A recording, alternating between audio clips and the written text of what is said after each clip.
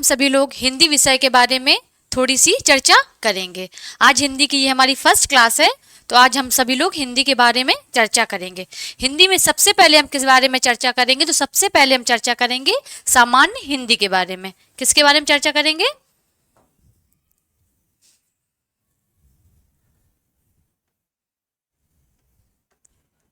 सामान्य हिंदी के बारे में।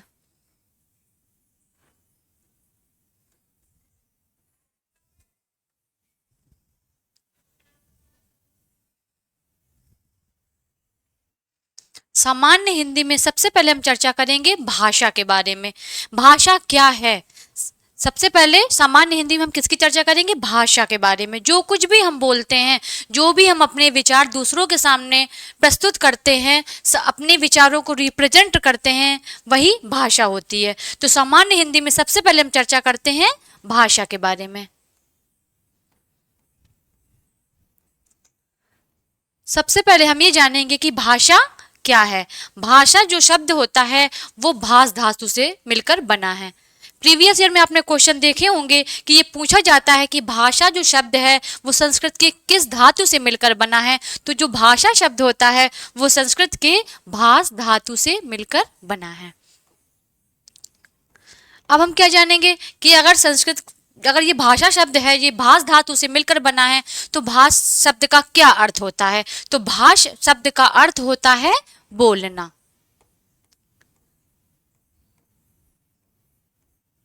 यानी कि आवाज।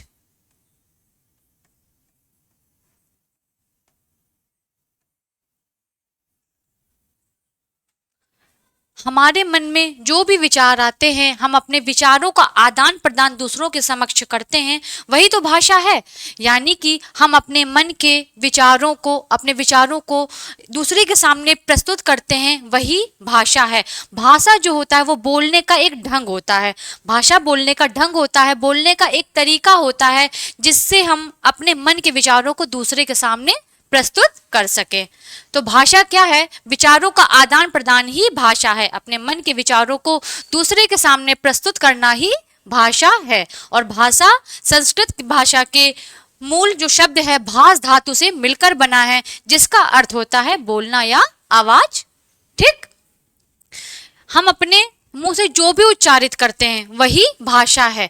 हम जो भी उच्चारित करते हैं, जो भी उच्चारण करते हैं, वही भाषा है। विचारों का आदान प्रदान दूसरों के समक्ष प्रस्तुत करना, हम अपने मुंह से जो भी उच्चारण करते हैं वो भाषा है। विचारों का आदान प्रदान करना भी भाषा है। ठीक, अब हम क्या पढ़ेंगे? अब हम पढ़ेंगे कि भाषा को सीखने का एक तरीका होता है। हर भाषा को सीखने का एक तरीका होता है। जैसे हम हिंदी बोल रहे हैं तो हिंदी भी एक भाषा है ना? तो हर भाषा को सीखने का एक तरीका होता है। तो जो भाषा को सीखने के जो तरीके होते हैं ना, उसके नियम होते हैं। तो उन नियम को जानना क्या कहलाता है? हर भाषा को सीखने के तरीके होते हैं और उन तरीकों को जो सीखने के जो नियम होते हैं ना, उन नियम को क्या कहा जाता है? व्याकरण। तो इसके बाद हम क्या सीखेंगे कि व्याकरण क्या है। तो प्रीवियस ईयर में सबसे पहले हमने ये ध्यान दिया होगा कि ये डायरेक्ट पूछा जाता है कि व्याकरण किन शब्दों से मिलकर बना है। तो जो व्याकरण शब्द है ना, वो 3 शब्दों से मिलकर बना है। वी प्लस आ प्लस करण। अब इसमें क्या होता है? इसमें डायरेक्ट पूछा जाता है कि जो ये व्याकरण है वी प्लस आ प्लस करण शब्द से मिलकर तो बना है, लेकिन इसमें उपसर्ग क्या है, प्रत्यय क्या है। और हम सभी ये जानते हैं कि जो उपसर्ग होते हैं वो आगे जोड़े जाते हैं और जो प्रत्यय होते हैं वो पीछे जोड़े जाते हैं। तो इसमें क्या है? तो इसमें वी और आ दोनों ही उपसर्ग हैं। ठीक, और करण क्या है? प्रत्यय।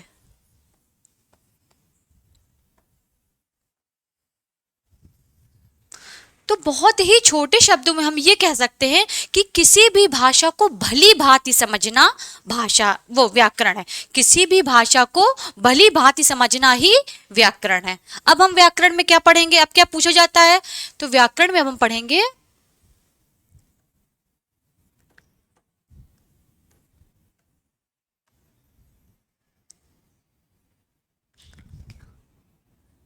सबसे पहले हम ये जानेंगे कि व्याकरण क्या है।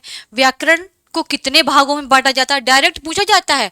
कभी आप प्रीवियस ईयर के क्वेश्चन उठा के देखिएगा कि व्याकरण को कितने भागों में बांटा जाता है। तो व्याकरण को सबसे पहले 4 पार्ट्स में डिवाइड किया जाता है, 4 भागों में। कौन कौन से हैं? हिंदी भाषा में व्याकरण को 4 भागों में विभाजित किया जाता है। कौन कौन से? पहला है वर्ण विभाग,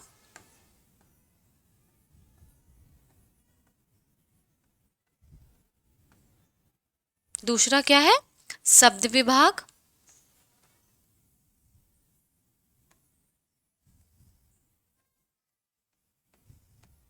फिर क्या है? पद विभाग,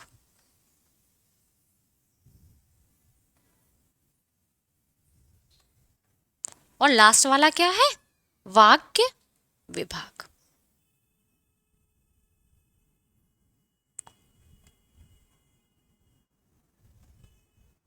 तो व्याकरण को सीधे सीधे हम 4 भागों में विभाजित करते हैं, विभक्त करते हैं या फिर बांटते हैं। कौन कौन से? तो पहला कौन सा है? वर्ण विभाग, फिर कौन सा है? शब्द विभाग, फिर कौन सा है? पद विभाग, और लास्ट वाला है वाक्य विभाग। अब क्या करना है? सबसे पहले हमें ये जानकारी लेना है कि वर्ण विभाग के अंतर्गत क्या आता है, इसमें क्या क्या हमको पढ़ना है। तो वर्ण विभाग में हम वर्णों के बारे में जानकारी लेते हैं कि हिंदी भाषा में वर्णों की कितनी संख्या होती है, वर्ण के क्या प्रकार होते हैं, है ना। तो सबसे पहले हम वर्ण विभाग में क्या करते हैं? वर्णों के बारे में जानकारी लेते हैं। वर्ण विभाग में हम क्या करते हैं? वर्णों के बारे में जानकारी लेते हैं। इसके अंतर्गत वर्णों के बारे में, ठीक है। अब क्या है? अगला है शब्द विभाग। क्या है? शब्द विभाग में हम शब्दों की जानकारी लेते हैं। पहले तो हमको ये पता होता ही है, सबको ही पता होता है कि जो कई वर्ण मिलकर शब्द बनाते हैं, और जब कोई शब्द बनता है तो उसका कोई ना कोई एक निश्चित नया अर्थ निकल ही आता है। अच्छा, डायरेक्ट क्वेश्चन क्या पूछता है शब्द विभाग में कि शब्द के कितने प्रकार हैं, या फिर उत्पत्ति के आधार पर शब्दों की क्या संख्या होती है, कितने प्रकार के होते हैं उत्पत्ति के आधार पर। तो उत्पत्ति के आधार पर सभी को पता होता है कि 3 प्रकार के होते हैं। कौन कौन से? रूढ़ शब्द, यौगिक शब्द, योग रूढ़ शब्द। जैसे कोई शब्द है कमल, कोई शब्द है जैसे कमल, तो कमल में क्या? कमल में अगर हम ला हटा दें, कमल में अगर हम ला हटा दें,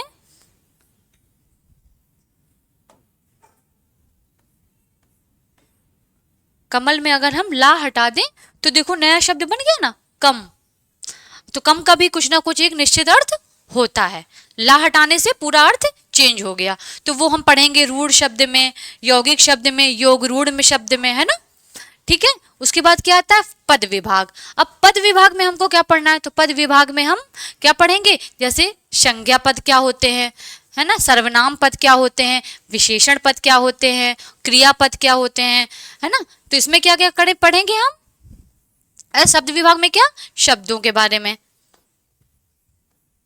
और वर्णों से मिलकर शब्द बनते हैं ना, कई वर्ण मिलकर शब्द बनाते हैं और फिर उनका नया अर्थ निकलता है।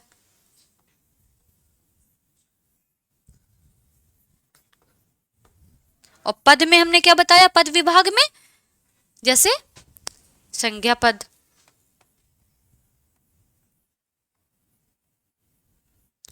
सर्वनाम पद,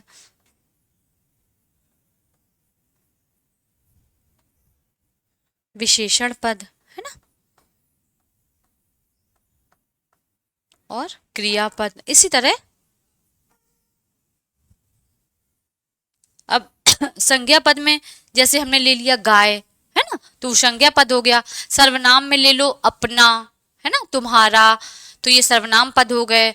और जैसे किसी क्रिया की विशेषता बता रहे तो विशेषण पद हो जाएगा, क्रिया पद हो जाएगा। अगर किसी क्रिया जैसे जाता, उठता, बैठता, नहाता, है ना, और जैसे किसी की विशेषता बताना है मोटा, पतला, गोरा, काला, तो वो विशेषण पद हो जाएगा। ठीक। अब क्या है?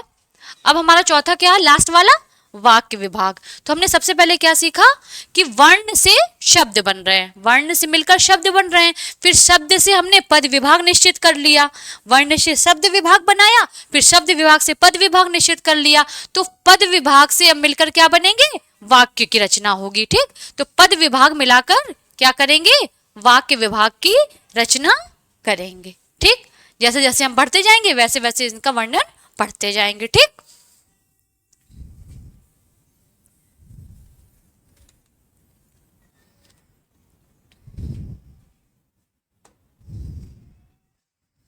अब हम क्या पढ़ेंगे? अब हम पढ़ेंगे वर्ण विभाग। सबसे पहले अब हम क्या पढ़ेंगे? वर्ण विभाग।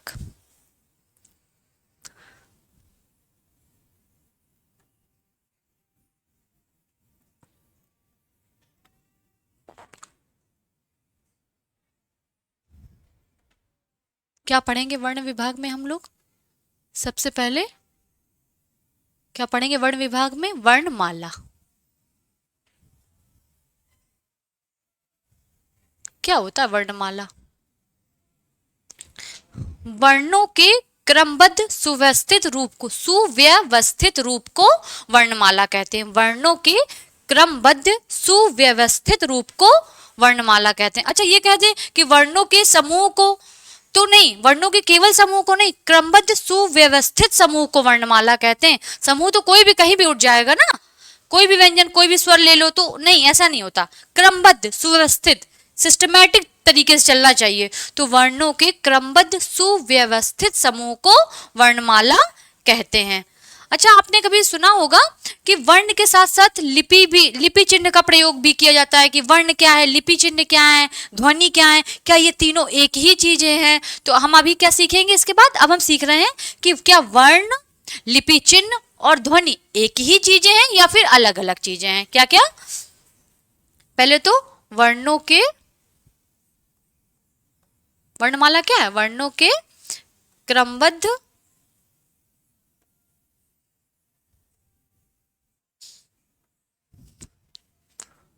सुव्यवस्थित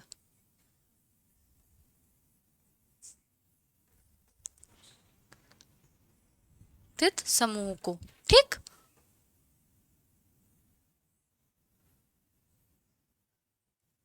ठीक है। अब हमने क्या बताया कि हमने पढ़ा है कि वर्ण के साथ साथ ना लिपि चिन्ह का भी प्रयोग होता है, ध्वनि का भी प्रयोग होता है। तो क्या ये वर्ण, लिपि चिन्ह और ध्वनि एक ही चीजें हैं? क्या इनका एक ही अर्थ होता है या फिर अलग अलग होता है? क्या क्या? वर्ण,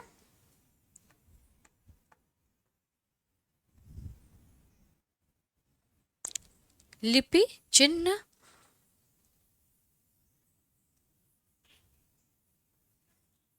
और ध्वनि।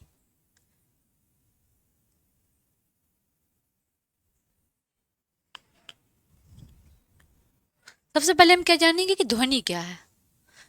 तो वर्ण का जो भी मौखिक रूप होता है, जो भी हम अपने मुंह से बोलते हैं, जो भी उच्चारण करते हैं, वही ध्वनि होती है। ध्वनि क्या होती है? जो वर्ण का मौखिक रूप होता है, जो भी वर्ण का मौखिक रूप, जो भी हम अपने मुंह से बोलते हैं, तो वर्ण का मौखिक रूप।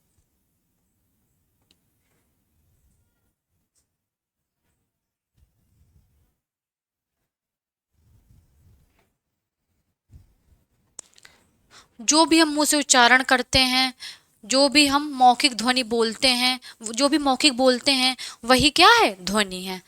और वर्ण क्या है? ध्वनि का लिखित रूप। ध्वनि का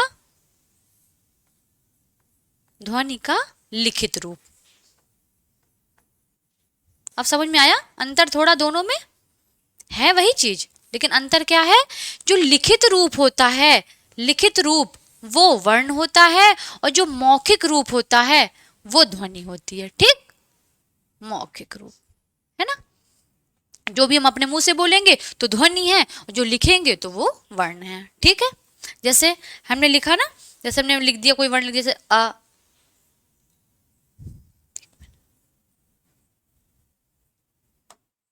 जैसे हमने लिख दिया अ, फिर ई, उ, तो ये हम लिख रहे हैं ना। तो जो हम लिख रहे हैं तो वो वर्ण है, और जो हम बोलेंगे वो ध्वनि है। अब क्या है? लिपि क्या होती है? लिपि, लिपि क्या है? लिपि ना क्या होता है? एक प्रकार की शैली होती है, एक प्रकार की शैली है लिपि।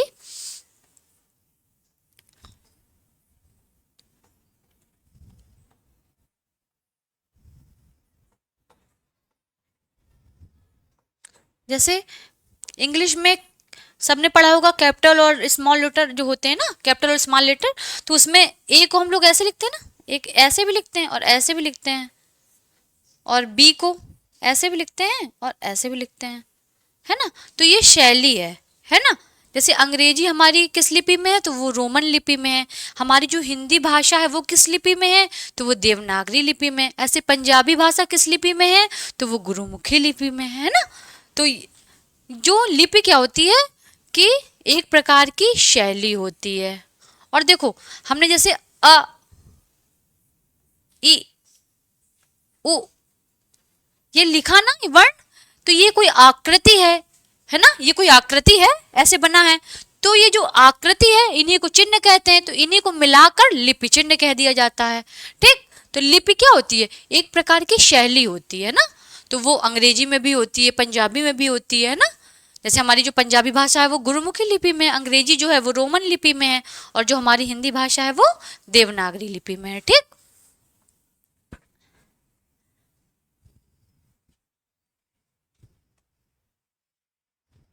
अब हम किसकी चर्चा करते हैं, अब हम वर्ण की चर्चा करते हैं।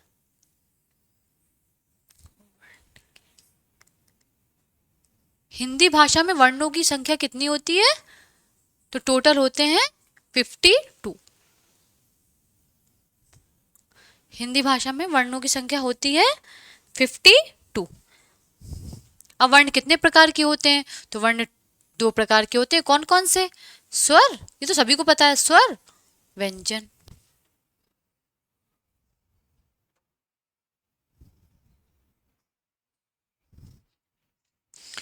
वर्ण कितने प्रकार के होते हैं, दो प्रकार के होते हैं, दो प्रकार के लिखते हैं, स्वर और व्यंजन। अब स्वर क्या होते हैं, व्यंजन क्या होते हैं, तो स्वर वे होते हैं जिनका उच्चारण स्वतंत्र रूप से होता है, जिनको बोलने में किसी अन्य की सहायता नहीं लेनी पड़ती है। तो स्वर क्या होते हैं, जिनका उच्चारण स्वतंत्र रूप से होता है।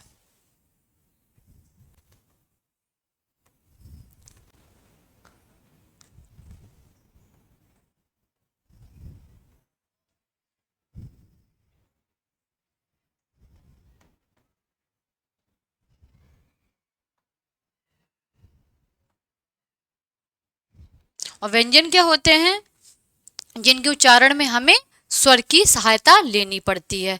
बिना स्वर की सहायता के ये नहीं बोले जा सकते हैं। कौन, व्यंजन, है ना। स्वर को किसी की सहायता की जरूरत नहीं पड़ती, वो स्वतंत्र होते हैं, वो खुद ही स्वयं बोले जाते हैं। लेकिन जो व्यंजन होते हैं उनको बोलने के लिए हमें किसकी सहायता लेनी पड़ती है, स्वर की। तो ये स्वर की सहायता से बोले जाने वाले।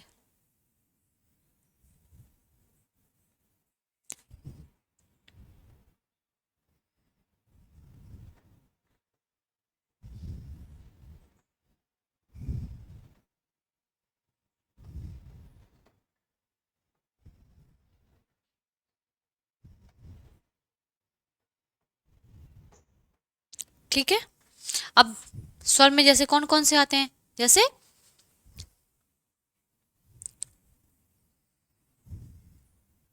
अ, इ, उ, है ना, ये स्वर में आते हैं। ए, ओ, है ना।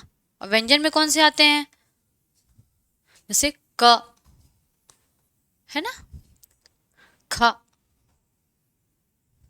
फिर ग। अब देखो जो ये व्यंजन है, व्यंजन को बोलने के लिए हमें स्वर की सहायता की जरूरत पड़ रही है ना। अब जैसे ये क है, क, तब इसको कैसे लिखेंगे, क प्लस अ, तभी तो ये व्यंजन बन रहा है, क, है ना। जैसे ख है तो ख, ऐसे आप लोग प्रैक्टिस करिए बोलने का, है ना, अपने आप ही, तो ये तब खा बनेगा, है ना। जैसे कोई शब्द ले लिया आपने,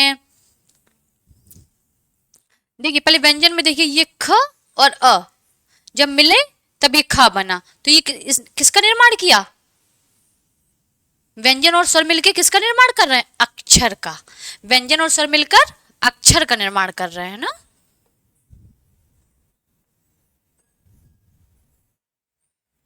अक्षर बना, अर्थात हम ये कह सकते हैं कि स्वर और व्यंजन को जब एक साथ रखा जाता है तो उन्हें अक्षर कहते हैं, है ना।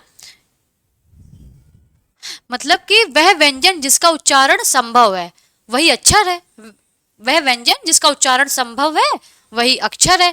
और स्वर और व्यंजन को जब एक साथ रखा जाता है तो वो किसका निर्माण करते हैं, अक्षर का, है ना। अब हम किस पे आते हैं, अब हम आते हैं स्वर पे।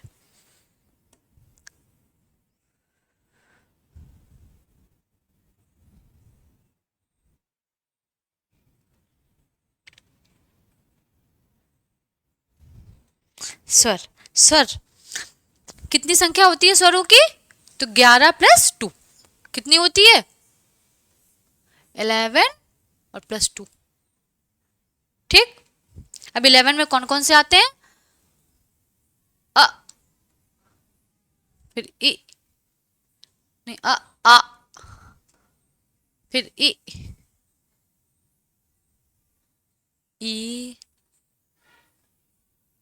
फिर ऊ,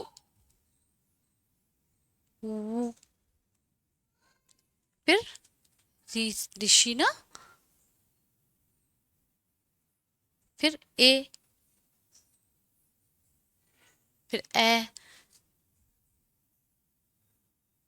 फिर ओ, फिर औ, फिर अंग, फिर आहा, है ना। तो ये कितने हो गए, 1 2 3 4 5 6 7 8 9 10 11, ये 11 हो गए, है ना। स्वरों की संख्या ये हो गई। और ये जो दो होते हैं ना, अंग और आहा, तो ये अंग को क्या कहा जाता है, अनुस्वार, अंग को अनुस्वार और आहा को विसर्ग।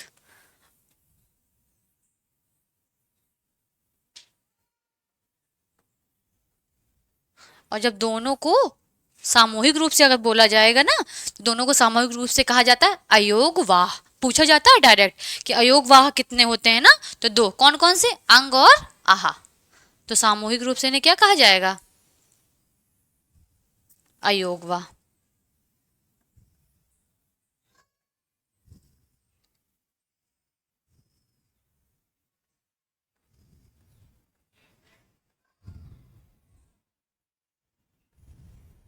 ठीक,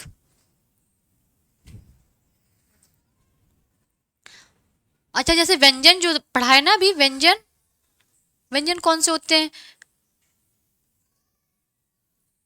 तो जिनके उच्चारण में हमें स्वर की सहायता लेनी पड़ती है वही तो व्यंजन होते हैं। तो जो व्यंजन होते हैं ना, उसमें स्वर लगा के जरा देखिए, एक बार चेक करिए सब लोग अपनी अपनी नोटबुक पे। तो क्या, जैसे का में, का में सबसे पहले आ जोड़िए तो क्या हो जाएगा का, है ना। का में आ जोड़िए तो क्या हो जाएगा क, है ना। फिर क में क्या जोड़ेंगे, बड़ा, है ना।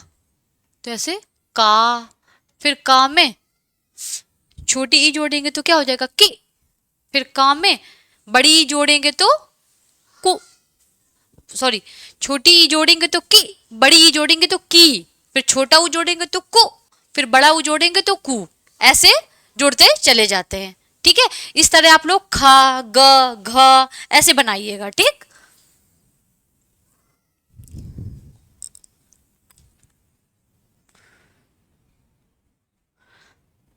तो आज के लिए बस इतना ही, अब आगे